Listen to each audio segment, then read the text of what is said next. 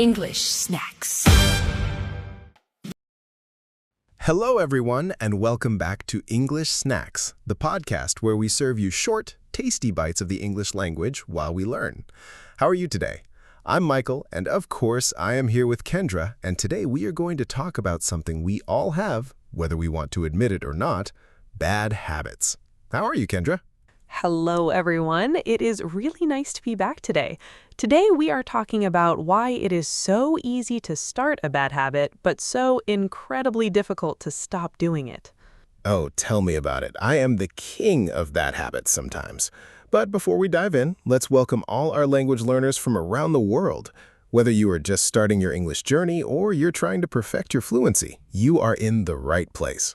Absolutely. We have snacks for every level today. By the way, Michael, you just said dive in. Let's make that our very first beginner snack. Great idea. Everyone, to dive in means to start doing something with a lot of enthusiasm and energy, just like jumping into a swimming pool.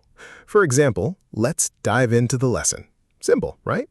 Very simple. Now let's look at the phrase bad habits. For our beginners, a habit is something you do automatically, almost without thinking because you do it so often. Brushing your teeth is a good habit. Looking at your phone for 2 hours in bed, that might be a bad habit. Okay, you don't have to attack me in the first 2 minutes of the podcast, Kendra. That is literally the first thing I do every single morning. Wait, really? The very first thing? You wake up and immediately grab your phone?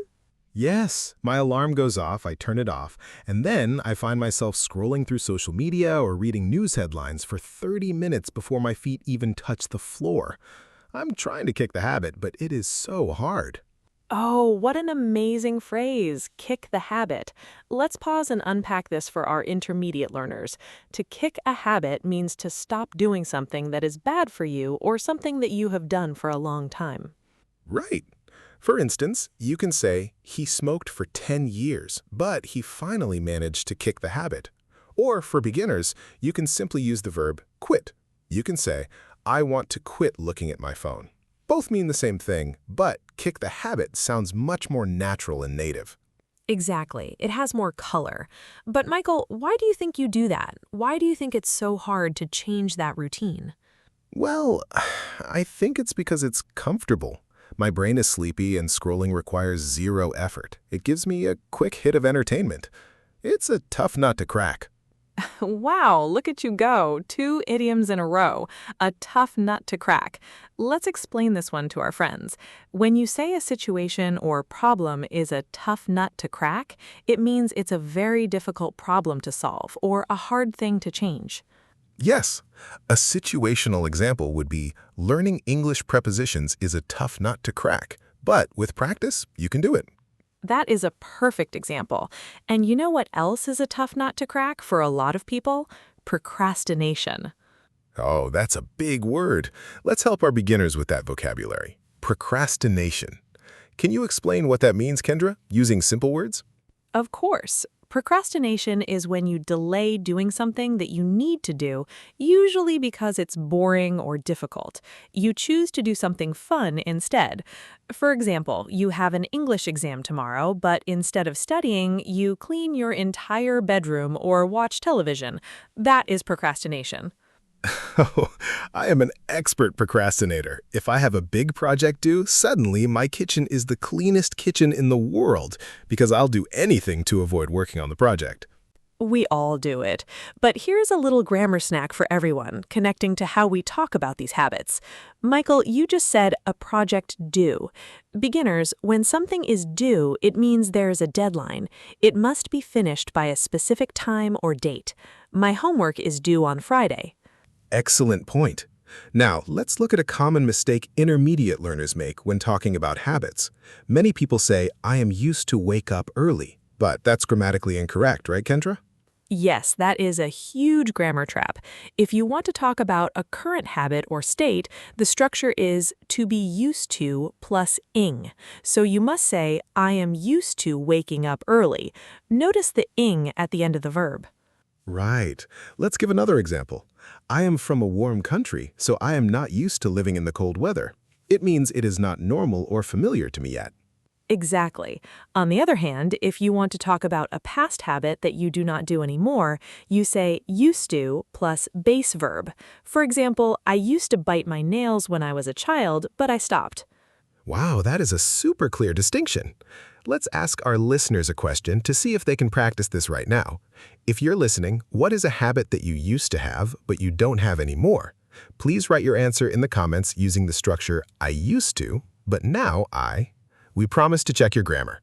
Yes, please practice in the comments. It's the best way to make the grammar stick in your brain. Speaking of habits, Michael, do you have any good habits that you are proud of? We can't just talk about the bad ones. Let me think. Well, I am very consistent with reading. I read for 15 minutes every single night before I go to sleep. No matter how tired I am, I open a book. Wow, that's fantastic. 15 minutes doesn't sound like a lot, but if you do it every day, it adds up. Yes, adds up. Let's look at that phrasal verb. Beginners, to add up means to slowly increase or accumulate over time until it becomes a large amount. For example, saving $5 a day adds up to a lot of money at the end of the year. That is so true for language learning as well. Studying English for just 10 minutes every single day adds up to massive progress over a few months. You don't need to study for 4 hours in one day and then do nothing for a week. Consistency is key. Absolutely. People look for a magic secret to fluency, but the true secret is just building the daily habit. It's about small goals that change your life. You know, Michael, there is a famous concept from a book called Atomic Habits that says if you want to break a bad habit, you have to make it difficult to do. Have you tried making it hard to grab your phone in the morning? I actually tried that last week. I put my phone charger on the other side of the room, far away from my bed, so when the alarm went off, I actually had to stand up and walk across the cold floor to turn it off. And did it work? Did you kick the habit? Well, it worked for 2 days, but on the third day, I walked across the room, grabbed the phone, and then brought it back to bed with me and crawled under the covers to scroll. Oh no, you defeated your own system. That is hilarious. But hey, don't be too hard on yourself. Changing your behavior takes time. Don't be too hard on yourself. What a beautiful, comforting phrase for our listeners. Let's explain it. To be hard on yourself means to criticize yourself too much or expect yourself to be perfect all the time. Right. We often say this to friends who are stressed. For example, you made a small mistake on your English test, but don't be hard on yourself. You are still learning. It is identical to the phrase we used in a past episode, don't beat yourself up. Yes, they are total synonyms.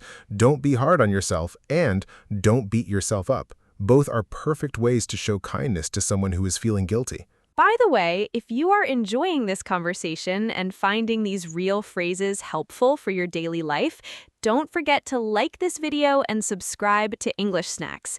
We appreciate every single one of you. Yes, please subscribe. It helps our little snack community grow. Now, Kendra, I want to flip the question to you. What is a bad habit that you have successfully kicked in the past? Give us some inspiration. Well, I used to have a terrible habit of buying a takeaway coffee every single afternoon. Wait, why is that a bad habit? Coffee is amazing. Coffee is great, but spending $6 every day on a fancy iced latte was burning a hole in my pocket. Oh, burning a hole in your pocket. What a visual idiom. Intermediate learners, listen closely. If money is burning a hole in your pocket, it means you have money, but you feel a strong temptation to spend it quickly, or it means you are spending way too much money on unnecessary things. Exactly. For example, as soon as I got my paycheck, the money was burning a hole in my pocket, so I bought a new jacket. In my case, those coffees were ruining my monthly budget, so I decided to replace the bad habit with a good one. How did you do that? What was your strategy? Confident. I bought a really nice travel mug and started making my own coffee at home from scratch in the morning. Then I would bring it to work. Whenever I felt the urge to go to the coffee shop in the afternoon, I would drink from my own mug instead. It saved me a fortune. Wow, saved me a fortune. For our beginners, a fortune means a very large amount of money. So if something saves you a fortune, it means it saves you a lot of cash. Yes, and notice how I said I felt the urge. Let's look at that noun, urge. An urge is a strong, sudden desire or impulse to do something, like an urge to eat chocolate or an urge to check your text messages. Oh, I get urges to check my phone constantly. It's like a muscle memory. My hand just moves toward my pocket automatically. It shows how powerful habits are physically. They change our brain pathways. They really do, and that's why if you want to learn English successfully, you have to create an environment where the urge to practice happens naturally. For example, change your phone's system language to English. Put sticky notes with English vocabulary words on your bathroom mirror. Make it a habit you can't ignore. That is an incredible tip.